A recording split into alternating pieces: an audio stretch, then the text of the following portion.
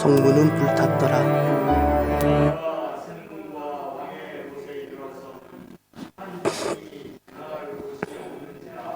그 밤에 시내를 따라 올라가서 성벽을 살펴본 후에 돌아와서 골짜기 문으로 돌아왔으나 방백들은 내가 어디 갔었으며 무엇을 하였는지 알지 못하였고 나도 그 일을 유다 사람들에게나 제사장들에게나 족들에게나 방백들에게나 그의 일하는 자들에게 알리지 아니하다가 후에 그들에게 이르기를 우리가 당한 공경은 너희도 보고 있는 바라. 예루살렘이 황폐하고 성문이 불탔으니 자 예루살렘 성을 건축하여 다시 수치를 당하지 말자 하고 또 그들에게 하나님의 선한 손이 나를 도우신 일과 왕이 내게 이런 말씀을 전하였더니 그들의 말이 일어나 건축하자 하고 모두 힘을 내어 이 선한 일을 하려 하며 고른 사람 산발락과 종이었던 암몬 사람 도비야와 아라비아 사람 게셈이 이 말을 듣고 우리를 업신여기고 우리를 비웃어 이르되 너희가 하는 일이 무엇이냐 너희가 왕을 배반하고자 하느냐 하기로 대답하여 이르되 하늘의 하나님이 우리를 형통하게 하시리니 그의 종들인 우리가 일어나 건축하려니와 오직 너희에게는 예루살렘에서 아무 기업도 없고 권리도 없고 기억되는 바도 없다 하였느니라. 아멘. 아멘. 모든 믿음의 역사에서는 다윗과 같은 그 한 사람이 느헤미야와 같은 그 한 사람에 의해서 이루어졌습니다. 사랑하는 성도 여러분, 그 한 사람이 바로 여러분, 저와 여러분 이 밤에 주님 앞에 나와 기도하는 저와 여러분이 되시기를 바랍니다. 한 사람이 하나님 역사를 만들어 갑니다. 아멘입니까? 예. 그 한 사람이 바로 여러분입니다. 여러분이 그 한 사람이 되기를 바랍니다. 이 무너진 이스라엘을 회복시킨 사람이 느헤미야 한 사람이었습니다. 한 사람, 하나님 손에 붙들린 그 한 사람에 의해서 불타버린 예루살렘이 회복이 되었습니다. 어떤 상황에서도 한 사람이면 됩니다. 아멘입니까? 한 사람, 느헤미야와 같은 그 한 사람, 그 한 사람이 우리 모두를 살리게 됩니다. 오늘 말씀 저를 한번 따라해 볼까요? 실패는 할 수 있습니다. 무너질 수도 있습니다. 그러나 그것은 부끄러운 것은 아닙니다. 요겁니다. 실패할 수도 있습니다. 그러나 실패가 부끄러운 것 아닙니다. 무너질 수도 있습니다. 그러나 그것이 부끄러운 것은 아닙니다. 그러면 정말 부끄러운 것은 무엇이겠습니까? 실패했다고, 무너졌다고, 포기하고, 절망하는 것. 이 실패한 상황을 보고 포기하고 낙심하는 것. 그것이 부끄러운 것입니다. 우리가 실패 없는 인생이 어디에 있겠습니까? 많은 인생들은 그렇게 말을 합니다. 인생을 경험해서 보면 오히려 그 실패를 통해서 더욱더 견고해져 갔다고. 우리가 오늘날 실패를 생각하면 여러분들은 무엇이 떠오르십니까? 여러분에게 있어서 실패하면 어떤 일이 있었습니까? 제게 있어서 실패하면 실패라는 단어가 잘 맞진 않지만 실패라는 단어를 쓰고 싶진 않지만 저는 교회 사적으로 보면 다음 세대가 떠오릅니다. 저는 다음 세대. 너무나도 확연히 차이가 납니다. 통계학적으로도 실패가 맞습니다. 부흥의 관점에서도 실패가 맞습니다. 이 실패라는 단어가 낯설고 잘 맞진 않습니다. 그럼에도 불구하고 우리에게 펼쳐진 이 다음 세대 상황은 너무나도 황폐합니다. 이 다음 세대들이 있는 그 땅들은 보면 너무나도 황폐한 정도가 아닙니다. 과연 이런 상황 속에서 다음 세대가 자기들을 그 작은 믿음을 지키며 결국 성장해낼 것인가 의심이 들 만큼 이 다음 세대가 있는 그 자리는 너무나도 척박합니다. 너무나도 고통스럽습니다. 이런 상황입니다. 이런 상황. 그런데 놀라운 것은 우리 잘못으로 인해서 우리가 이런 상황이 초래됐을지라도 정말 부끄러운 것은 이런 상황이 초래된 것이 부끄러운 것이 아니라 이런 상황을 보고 도전하지 않고 이런 상황을 보고 좌절해버리는 것, 이것이 진짜 부끄러운 것입니다. 저와 여러분들은 도전해봤으면 좋겠습니다. 우리가 뚜렷한 해답이 없을지라도 하나님께서 여시는 그 한 걸음 한 걸음만 붙들고 한 걸음씩 나아가는 거룩한 시도가 좀 있었으면 좋겠습니다. 우리가 한번 해봤으면 좋겠어요. 한번 해보면 좋겠어요. 도전하고, 서툴러도. 오늘 누군가가 제게 그러더라고요. 목사님은 이미 그 다음 세대하고 너무 나이 차이가 많이 나서 그 어떻게 되겠습니까? 틀린 말은 아니죠. 그런데 그런 생각도 들어요. 안 될 것도 없다고. 안 될 것도 없다고. 어떻게 하면 다 무너졌던 이스라엘이 그 황폐했던 예루살렘 성이 회복이 됐을까요? 오늘 본문을 보고 네 가지 영적 원리를 가졌으면 좋겠습니다. 이 네 가지 영적 원리를 가지고 저에게는 다음 세대요. 여러분 각자에게는 적용해야 될 부분들이 있을 겁니다. 그 적용해야 될 부분들을 여러분들에게 적용하시길 바랍니다.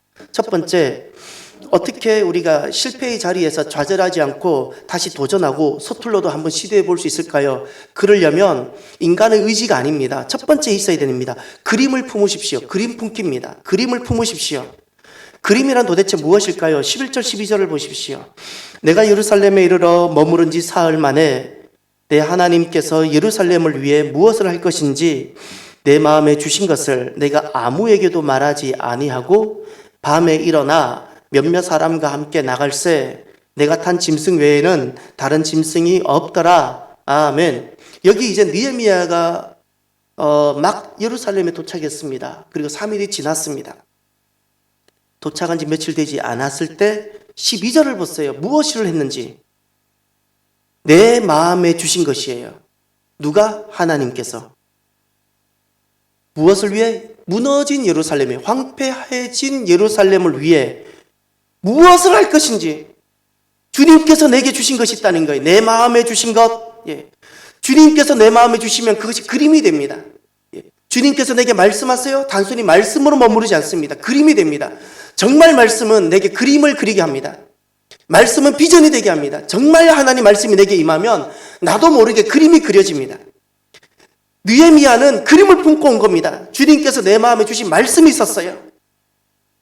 예루살렘 상황을 눈으로 본 적은 없지만 지금 그런 주님께서 내게 주신 말씀이 있었기 때문에 그 말씀이 나로 하여금 그림 그리게 한 것이 있습니다. 내가 예루살렘을 가서 이런 그림을 내가 완성하리라. 온 사방이 황폐할 때, 어디를 봐도 희망이 없을 때 반드시 우리 안에 그때 딱 한 가지가 있어야 됩니다. 나를 도와줄 사람도 없고 또 함께하는 사람도 별로 없고 이리저리 인간적인 계산을 해봐도 별로 희망이 보이지 않을 때, 그때 이 실패의 자리에서 어떻게 우리가 일어서고 도전하고 승리할 수 있을까요? 그때 내 안에 꼭 있어야 되는 한 가지가 주님이 내게 주신 그 그림을 품으십시오. 딱 요겁니다. 무너진 나를, 무너진 가정을, 무너진 자녀를 다시금 세우고자 내게 주셨던 하나님의 말씀, 할렐루야, 그 말씀을 품으십시오.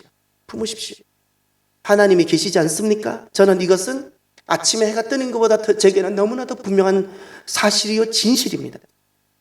주님이 계시지 않습니까? 온 사방이 다 무너져도 하나님은 살아계시고 그래서 모든 것이 가능합니다. 하나님이 계시면 모든 것이 가능합니다. 다 무너져도 나를 돕는 사람이 단 한 사람도 없을지라도 주님이 계시면 가능합니다. 이것은 제 믿음입니다. 제 믿음. 그리고 하나님이 말씀하시면 됩니다. 주님께서 말씀만 하시면 됩니다. 아무리 어두움이라도 빛이 있으라 그러면 그것이 빛이 되는 겁니다. 오늘 이 밤에 하나님께서 우리에게 말씀하시고 말씀이 우리에게 임하기를 바랍니다. 무너진 나, 실패한 우리, 주님께서 다시 일으키시기를 원하십니다. 말씀만 임하면 됩니다. 우리가 아무리 무너졌을지라도 문제는 내가 너무 심각하게 무너졌기 때문에 못 일어나는 것이 아니라 나를 일으킬 말씀이 없기 때문에.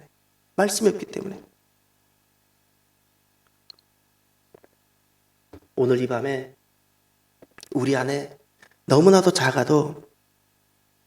작지만 생명이 되는 그 그림 하나를 다 품었으면 좋겠습니다. 제게는 다음 세대 생각하면 저는 그 다음 세대가 대단히 멀리 있고 다른 어떤 그 어떤 상상 속에 조금 이상적인 다음 세대가 아닙니다. 참사랑 교회 안에 있는 다음 세대예요, 제게는. 저는 다음 세대 하면 사람 얼굴이 다 떠올라요. 윤희가 떠오르고, 다원이가 떠오르고, 재은이가 떠오르고, 아이들 얼굴이 떠올라요.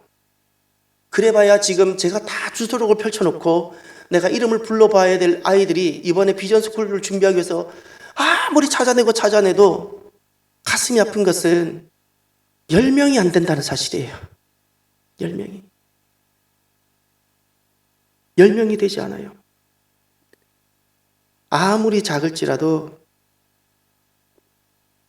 또 우리가 그 다음 세대를 살려내는데 혹시 미숙할지라도 주님 말씀이면 됩니다. 말씀이 내게 와요. 그러면 제게는 그 그림이 있어요. 숨어있고 누구에게도 말할 수도 없고 입이 닫혀있는 그들이 그냥 와서 주님이 이렇게 만져주셔서 마음이 열리고, 이번에 그 비전스쿨은 교인들을 어떤 누구에게도 도우미를 제가 요청하지 않을 겁니다. 기도는 해주십시오. 교회가 재정이 부족하니까 그렇게 도와주시는 건 좋은데 나는 우리 친구들하고 같이 직접 밥도 할 거예요. 프로그램도 같이 짤 겁니다. 내가 진행하는 것이 아닙니다. 전체적인 것은 내가 준비하지만 내가 할 테니 따라오라가 아닙니다. 직접 아이들이 다 계획하고 참여하고 아이들 직접 참여하고 저녁이면 좋은 그 간증 영상, 하나님을 만난 간증 영상도 볼 텐데 그것도 그들에게 찾으라 그럴 거예요.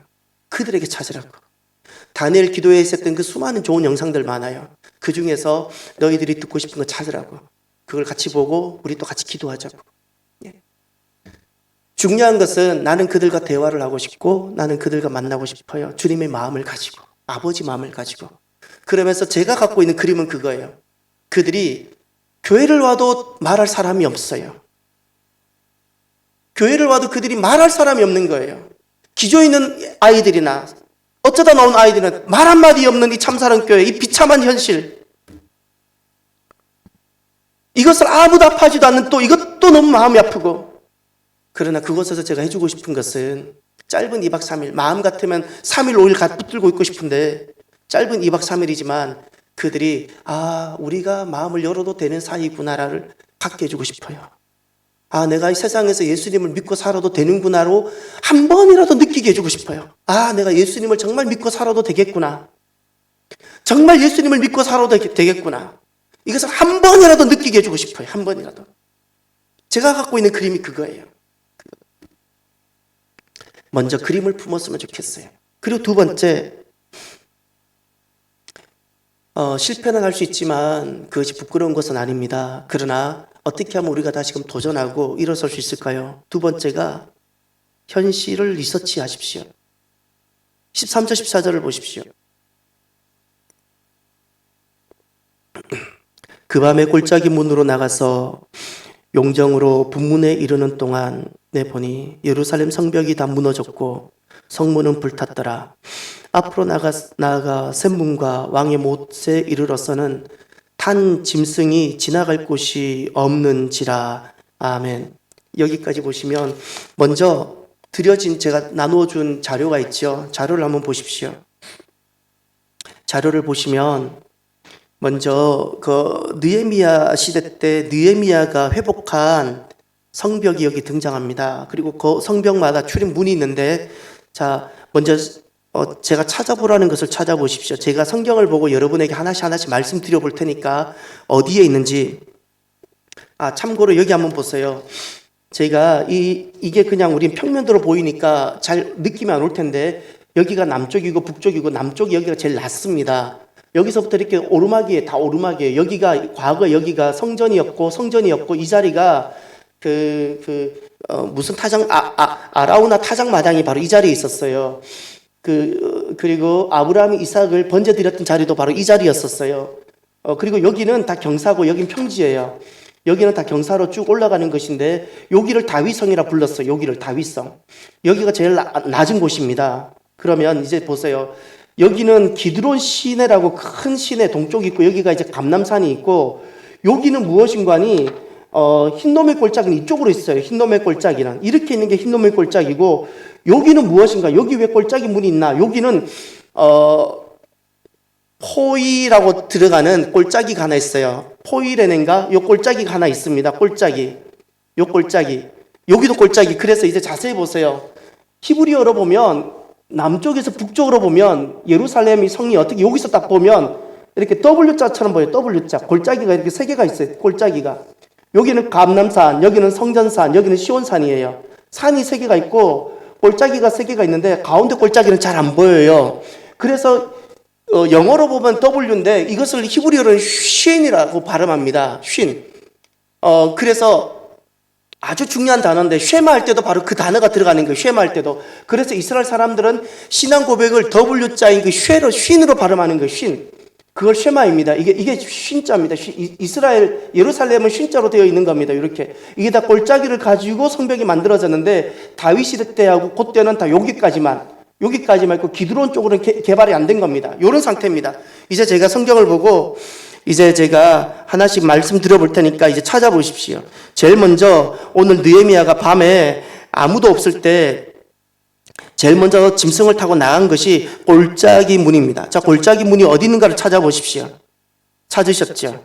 골짜기라는 뜻은 무엇일까요? 그곳에 계곡이 있었다는 겁니다. 그러나 오늘날 가보면 그것이 계곡이 잘 안 보입니다. 많이 도시화가 되어버려서.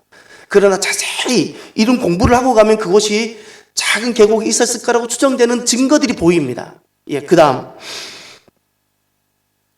어디를 찾아보시냐면 분문을 찾아보십시오. 분문 찾으셨죠? 아래쪽에 있죠?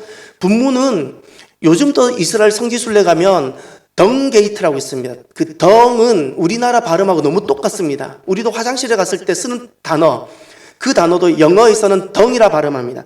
그것을 한자어로 표현한 것이 분입니다. 분문. 예, 덩 게이트입니다. 덩 게이트. 그러니 예루살렘 성에서 발생되어지는 모든 쓰레기들을 다 처리할 때는 이 문을 사용했다는 겁니다. 이 문을. 그 다음을 찾아보십시오. 샘문을 찾아보십시오. 샘문. 여기는 왜 샘문일까요? 물과 관련되죠. 샘문. 이쪽이, 이 샘문 쪽에 무엇이 있었는가 하니 실로암 연못이 여기 있었던 겁니다. 실로암 못이 아래쪽에. 당연히 못이니까 아래쪽 저수지에 고이겠죠. 그죠? 여기가 제일 아래쪽입니다. 실로암 못이 바로 여기에 있습니다. 이 문과 관련되니까 물과 관련됐기 때문에 샘문입니다. 샘문. 그 다음, 예, 오늘 본문에서는 더 이상 성벽 문은 등장하지 않습니다. 다음 주에 보면 이 나머지 전체 하나하나 다 다루게 될 텐데, 아무튼 지금 이제 보세요. 느헤미야가 골짜기 문을 나와서 그쪽으로 나왔습니다. 북문을 지나서 샘문으로 가는데 상황이 이렇습니다. 다시 지도를 자세히 보세요. 제가 성경에서 이렇게 언급해 드릴게요. 골짜기 문을 나와서 북문에 이르는 동안 예루살렘 성벽이 다 무너졌어요. 그러니 보세요. 골짜기 문에서 북문에 이르는 동안 낮은 지대죠. 저기 쳐들어오기 쉬웠잖아요. 높은 데는 올라가기 힘든 거예요. 그 성벽이 다 무너진 거예요. 거긴 다 무너졌어요. 골짜기 문에서 북문까지는. 그 다음, 성문은 불탔더라. 예. 그 성문도 다 불타버렸어요. 골짜기 문도 불탔고 북문도 불타버렸어요. 그 다음, 샘문과 왕의 못에 이르러서는, 여기서 저도 샘문은 어딘지 알겠는데 왕의 못이라 그랬을 때 그 왕의 못을 어디로 말하는지가 제가 좀 더 연구해 볼게요. 그러나 중요한 것은 샘문에서부터 앞으로 어딘가를 갔는데 그 사이에는 짐승도 지나갈 수 없다는 거예요. 왜죠? 다 무너져 버려가지고 짐승조차도 못 걸어간다는 거예요. 말조차도 걸어갈 수 없는 이런 상황이 된 거예요. 다시 말하면 예루살렘 성벽 아래쪽이 다 무너져 버렸어요. 이 아래쪽이. 이런 상황인 겁니다.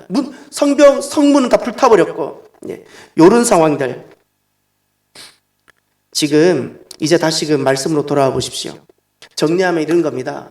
느헤미야가 밤에 주님 주시는 주신 그림을 품고 밤에 말을 타고 나갑니다. 세 가지를 경험합니다. 현실을 봅니다. 현실을 리서치합니다. 첫 번째, 성벽이 다 무너졌습니다. 두 번째, 성문은 불탔습니다. 세 번째, 지나갈 곳이 없습니다. 이런 것이 현실입니다. 느헤미야는 그림만 품은 것이 아닙니다. 주님 주신 그림만 품은 것이 아니라 실질적으로 현실을 리서치를 합니다. 사랑하는 성도 여러분, 아픈 현실을 외면하지 마십시오. 내가 감추고 싶은 내 아픈 현실을 외면하면 희망이 없습니다. 내 죄가 아무리 아파도 그 죄를 직면하는 사람은 희망이 있습니다. 사람이 왜 문제가 되냐면 그 죄를 직면하지 않기 때문에. 다른 사람의 죄는 그렇게 신랄하게 보면서도 내 죄만큼은 자꾸 너무 쉽게 용납하고 지나쳐버리니까 그것이 문제가 됩니다. 내 다음 세대가 아무리 약하고 내 다음 세대를 언급하는 것이 부끄러울지라도 우리는 직면할 수 있어야 됩니다. 현실을 리서치할 수 있어야 됩니다. 현실을 리서치할 수 있어야 됩니다. 우리 교회가 아무리 내 부족한 것이 있고 어찌할지라도 우리 교회의 현실을, 약한 현실을 외면해서는 안 해야 되는 겁니다. 외면하면 희망이 없습니다. 덮어두면 희망이 없습니다. 나의 사업장도 마찬가지입니다. 모든 것, 나의 약한 점, 나의 부끄러운 점, 여러분 나의 죄 외면하지 마시길 바랍니다. 어디 무너졌는지, 내가 왜 불타버렸는지, 무엇을 오늘날 상실하고 있는지, 지금 나의 영적 상태는 어떠한지, 내 다음 세대의 상태는 어떠한지 낱낱이 외면하지 말고 현실을 리서치하시길 바랍니다. 세 번째, 주님 주신 그림을 품고 그리고 우리가 서야 할 그 땅에서 현실을 리서치하고 나면 세 번째 해야 될 일이 하나 있습니다. 그 현실 그림을 기도로 바꿔야 됩니다. 기도로 바꾸십시오. 현실 그림을 기도로 바꾸기. 이제 15절 16절을 보십시오.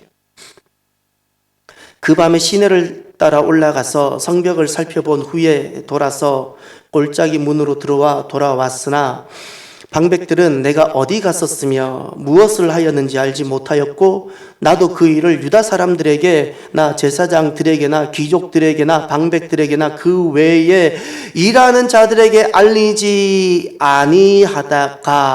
아멘. 지금 16절에 아주 특별한 말씀이 나옵니다. 느헤미야입니다. 그는 그림을 품고 왔습니다. 내가 예루살렘을 위해 무엇을 해야 할지 그림을 품고 왔습니다. 이제 현실을 보았습니다. 그러면 보통 사람들 같으면 16절이 생략되고 16절이 이렇게 바뀔 겁니다. 방백들한테 불러가지고 내가 왜 나갔다 왔는지, 제사장들, 힘 있는 제사장들 부르고 귀족들을 부르고 방백들을 불러서 우리가 뭘 해야 되는지 우리가 뭘 해야 되는지 어떤 것을 도와달라고 막 낱낱이 구했을 겁니다. 사람을 찾았을 겁니다. 그런데 느헤미야를 보십시오. 16절 시작할 때도 이렇게 말합니다. 방백들은 내가 어디 갔으며 무엇을 했는지 알지 못했어요. 마지막 절 16절 끝을 보십시오. 알리지 아니하다가, 제사장에게도 알리지 않았어요. 힘 있는 귀족들에게도 알리지 않았어요. 일을 할 수 있는 충분한 일꾼들, 동력자가 될 만한 사람들에게도 알리지 아니했어요. 왜죠? 왜 알리지 않았어요? 고독을 즐겼나요? 우리의 실수가 있습니다. 우리의 실수는, 비전을 품은 우리의 실수는 그 비전을 이룰 도움과 힘을 잘못 찾기 때문에 그래요. 비전을 품었어요. 말씀을 품었어요. 그런데 우리가 어디서 실수를 하냐면 그 비전을 품고 그림을 이룰 그 도움을 잘못 찾아요. 이제 시편 121편을 찾으십시오. 시편 121편.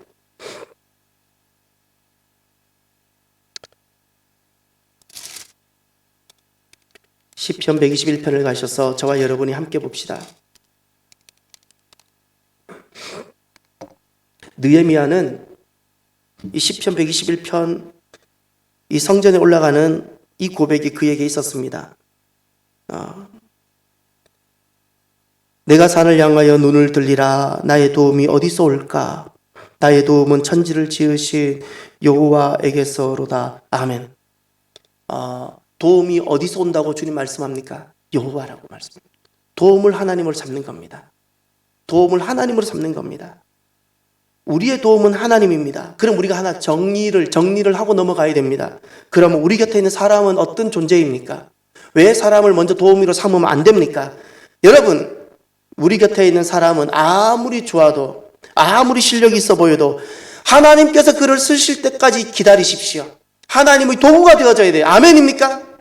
내 곁에 있는 사람은 내가 어떤 일을 이루기 위한 나의 도구가 아니라, 내 힘에 내 그림을 성취할 나의 도구가 아니라 하나님의 도구여야 됩니다. 하나님의 도구여야 됩니다. 사람을 먼저 잡으면 황폐가 계속됩니다. 어려울 때 먼저 사람에게 알리지 않는 영성을 가지십시오. 제가 속하고 있는 웩성교회라고 있습니다. 국제 웩성교회는 특징이 하나 있습니다. 아무리 어려워도, 아무리 힘들어도 내 힘들다는 것을 사람에게 먼저 못 알리게 합니다. 도움은 마지막 도움이 사람에게 오지요. 그런데 거기서는 철저하게 하나님 앞에 엎어지게 만듭니다. 사람의 차단하면 그때 만들어진 자리가 하나 있습니다. 기도입니다. 철저하게 하나님 앞에 기도하고 그리고 그 기도를 들으신 하나님께서 어떻게 움직이고 배치하시는지 그걸 경험하라는 겁니다. 지금 느헤미야가 알리지 않는 그 이유는 이 황폐한, 이 아픈 이 현실을 당장 도우미가 될 만한 힘이 있어 보이는 사람을 붙잡는 것이 아니라 그 그림을 느헤미야는 기도로 바꾸고 있는 겁니다. 저와 여러분들이 우리의 도움을 항상 하나님으로 삼는 저와 여러분이 되기를 바랍니다. 사람을 어려울 때, 다급할 때 먼저 사람을 붙잡고 사람을에게 알리고 싶은 이 지난날 하나님 없을 때 살아왔던 이 악한 습성을 닫고 사람에게 침묵하는 영성을 가지시기를 바랍니다. 사람에게 침묵하기 시작하면 그때부터 하나님께 기도가 시작이 되어져요. 기도가. 사람을 차단하십시오. 사람을 제발 차단하십시오. 사람을 차단하지 않으니까 조금만 어려워도 힘 있어 보이는 사람에게 엎어지고 사람만 찾아다니고 부끄러워야죠. 하나님은 어디다 갖다 내버렸었습니까? 사람을 차단하십시오. 그러면 하나님께서 진짜 나에게 오셔서 모든 것들을 도우실 것입니다. 그리고 마지막 네 번째, 주님 주시는 그림을 품고 그리고 현실을 아주 냉정하고 정확하게 리서치를 하고 세 번째, 그 현실을 기도로 바꾸고 나면 마지막 네 번째입니다. 믿음으로 선포하십시오. 믿음으로 선포하기. 이제 오늘 말씀을 한번 보십시오. 믿음으로 세 가지를 선포하게 되는데 제가 하나씩 보면서 말씀드리겠습니다. 먼저 17절에 첫 번째 선포가 나옵니다. 그 후에 그들에게 이르기를 우리가 당한 공경은 너희도 보고 있는 바라. 예루살렘이 황폐하고 성문이 불탔으니 이제 다 함께 봅시다. 자, 예루살렘 성을 건축하여 다시 수치를 당하지 말자 하고. 아멘. 첫 번째 믿음으로 선포하기 바로 이것입니다. 다시 수치를 당하지 않을 것입니다. 아멘입니까? 이것을 선포하는 겁니다. 내가 실패를 할 수 있어요. 내가 넘어졌을 수도 있어요. 내가 자빠질 수도 있었어요. 그런데 우리가 믿음으로 선포하는 겁니다. 주님 주시는 그림을 품고 현실을 냉혹하게 리서치를 한 다음에 그 현실을 기도로 바꾼 다음에 그 자리에서 일어나서 우리는 다시 수치를 당하지 않을 것입니다. 아멘입니까? 예. 아무리 우리가 황폐했을지라도 성문이 불탔을지라도 걸어갈 만한 길이조차도 없을지라도 우리가 일어나서 건축을 하는 겁니다. 시도를 하는 겁니다. 그러면 우리는 다시 수치를 당하지 않게 될 것입니다. 믿음입니다. 사람을 보고 세상을 볼 때는 계산이 되지 않을 겁니다. 그럼에도 불구하고 누구 때문에? 주님 때문에. 아멘입니까?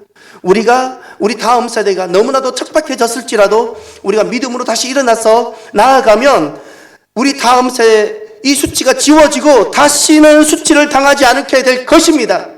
우리 다음 세대가 일어날 것입니다. 이것을 믿음으로 선포하는 겁니다. 담대하게 선포하고 나아가는 겁니다. 두 번째,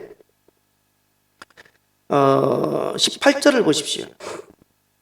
여기 우리가 믿음으로 선포해야 되는 것이 있습니다. 무너진 것을 일으키기 위해서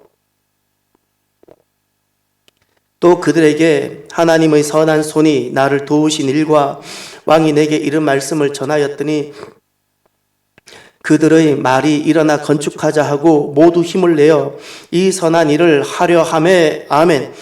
여기서 두 번째로 우리가 믿음으로 선포해야 하는 것이 있습니다. 무엇입니까? 두 번째는 지금 18절에 느헤미야 자기 간증을 합니다. 나를 이야기합니다. 우리를 이야기하는 겁니다. 우리가 너무 작고 우리가 초라할지라도 우리가 하나님의 은혜로운 손이 우리를 도우실 겁니다. 이겁니다. 하나님의 은혜로운 손이 우리를 도우실 것입니다. 이것을 선포하십시오. 우리가 작을지라도 다 무너졌고 우리 힘으로 할 수 있는 것이 아무것도 없고 우리가 어떤 말을 할지라도 이룰 수 있는 힘이 없을지라도 그럼에도 불구하고 우리가 선포할 것이 있습니다. 하나님의 은혜로운 손이 우리를, 나를 도우실 것입니다. 아멘. 우리는 다시 수치를 당하지 않을 것입니다. 이 황폐한 상황에서 믿음으로 선포하고, 두 번째, 나 자신을 보면 너무 초라할지라도 하나님의 은혜로운 손이 나를 도우실 것입니다. 선포하는 겁니다. 마지막 세 번째, 19절을 보면 도전들이 나옵니다. 호른 사람 산발락과 종이었던 암몬 사람 도비야와 아라비아 사람 겟셈이 이 말을 듣고 우리를 어떻게 했어요? 업신여기고 우리를 비웃어 이르되 너희가 하는 일이 무엇이냐? 너희가 왕을 배반하고자 하느냐 하기로. 우리를 업신여기고 비웃는 일들, 내가 믿음으로 선포할 때 도대체 너가 뭐 하냐, 뭐 그런 쓸데없는 말도 안 되는 어리석은 일을 하느냐, 그것이 된다고 생각하느냐, 이와 같은 우리를 업신여기고 비웃는 일들이 일어날 겁니다. 놀랍게도 가까운 데서 일어날 겁니다. 내 믿음의 역사를, 믿음의 시도를 좌절하고 포기케 하는 일들이 내 가까운 곳, 내가 평소에 믿었던 사람들로부터 나올 수 있을 겁니다. 바로 그때 20절입니다. 세 번째 선포해야 될, 믿음의 선포해야 될 말씀이 20절에 나옵니다. 내가 그들에게 대답하여 이르되 하늘의 하나님이 우리를 형통하게 하시리니 그의 종들인 우리가 일어나 건축하려니와 오직 너희에게는 예루살렘에서 아무 기업도 없고 권리도 없고 기업되는 바도 없다 하였느니라. 아멘. 세 번째, 우리에게 대적이 찾아왔어요. 내 믿음을 흔듭니까? 내가 작은 믿음을 가지고 시도하려고 할 때 이 시도를 짓밟는 거룩한 악한 영적 도전들이 있습니까? 바로 그때 믿음으로 선포하십시오. 하나님이 우리를 형통하게 하실 것입니다. 아멘. 하나님이 우리를 형통하게 하실 것입니다. 당신들의 말이 다 맞습니다. 틀린 것이 아닙니다. 우리는 희망이 없는 것이 사실입니다. 그럼에도 불구하고 이 희망 없는 나를 주님께서 사용하셔서 우리를 형통하게 하실 것입니다. 이것이 우리 믿음이 되어져야 돼요. 이것이 우리의 믿음. 사랑하는 성도 여러분, 우리가 살아가다 보면 누구나가 실패를 다 경험하지요. 저는 목사로서 다음 세대를 생각하면 너무나도 비통합니다. 너무나도 가슴이 아픕니다.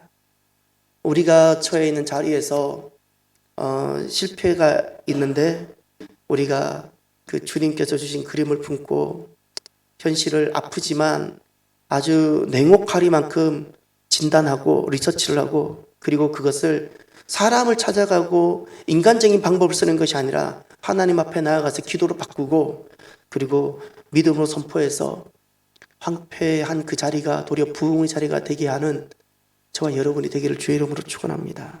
기도합시다.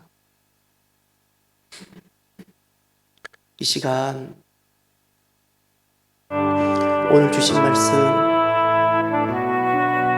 말씀을 품어주십시오.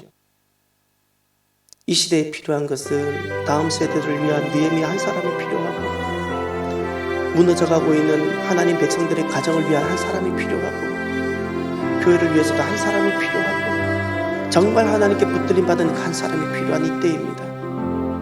세상은 오늘날 교회를 그냥 내버려 두지 않습니다. 다음 세대를 내버려 두지 않습니다. 지금 느헤미야와 같은 그 한 사람이 필요합니다. 오늘 이 밤에 그 한 사람이 저와 여러분 되기를 결단했으면 좋겠습니다. 이 시간 오늘 주신 말씀을 가슴에 품고 어떤 것이든 내 안에 먼저 응답하며 기도했으면 좋겠습니다. 이 시간 함께 주의 이름 한번 부르고 기도합니다. 주여, 하나님, 저희들 주님 앞으로 나아갑니다. 때로는 답답하기도 하고, 때로는 하나님 아버지 아프기도 하는데, 때로는 어찌 가야 될지 당황할 때도 있는데, 오늘도 저희들 주님 앞으로 나아갑니다. 주님, 아무것도 희망이 보이지 않았던 그 예루살렘, 그 이스라엘, 그러나 느헤미야 그 한 사람으로 예루살렘이 살아납니다. 예루살렘이 다시금 세워집니다. 하나님, 우리가 아무리 돌아봐도 희망이 없고 당황하고 하나님 낙심될 만한 일로 가득하실지라도 오늘 우리들에게 하나님 손에 붙잡힌 바 된 그 느헤미야 한 사람이 필요합니다. 느헤미야와 같은 한 사람이 필요합니다. 하나님, 우리 안에 그 느헤미야와 같은 한 사람 세워주시옵소서. 하나님, 일으켜주시옵소서. 하나님, 주님이 계시면 가능합니다. 주님이 계시면 가능합니다. 어떤 일이 있어도 가능합니다. 하나님 실패했다고 좌절하지 않게 하여 주시옵소서. 실패했다고 좌절하지 않게 하여 주시옵소서. 일어나고 도전하고 시도하는 역사들이 있게 하여 주시옵소서. 우리를 가로막고 있는 것이 무엇입니까? 주여, 오늘 우리를 가로막고 있는 것이 무엇입니까? 하나님, 우리의 마음을 흐트러버리는 것이 무엇입니까? 우리로 하여금 말씀에서 멀어지게 하고 있는 것이 무엇입니까? 무엇이 우리를 말씀에서 멀어지게 합니까? 무엇이 우리의 마음을 교회로부터 멀어지게 하며 무엇이 우리의 마음을 하나님 주님께로부터 멀어지게 합니까? 우리 중심에 무엇이 있습니까? 주님, 용서하여 주시고 우리를 회복시켜 주시옵소서. 회복시켜 주시옵소서. 주님, 역사하여 주시옵소서. 말씀이 살아 선포되어지길 원합니다. 성도들이 영원히 살아 움직이기를 원합니다. 역동하는 역사들이 있게 하여 주시옵소서. 하나님 아버지, 참으로 주여 놀라운 주의 역사들이 일어나길 원합니다. 하나님, 깨어있기를 원합니다. 살아있는 놀라운 역사들이 일어나게 하여 비상적인 종교생활이 되지 않게 하여 주시옵소서. 정말 주님도 이 시간 안에 살아서 역사하시는 하나님 놀라운 역사가 나타나기를 원합니다. 매주일 예배 때마다 하나님 주의 놀라운 역사들이 일어나게 하여 주시옵소서. 하나님, 비상적인 예배가 되지 않게 하여 주시옵소서. 종교적인 형태의 예배가 되지 않게 하여 주시옵소서. 정말 주님 나타나며 성도들이 하나님을 만나며 하나님 아버지 그들의 마음이 뜨거워지며 이 무너져가고 있는 하나님 아버지 이때 하나님 그들이 느헤미야처럼 세워지는 놀라운 역사들이 주여 있게 하여 주시옵소서. 주님, 역사하여 주시옵소서.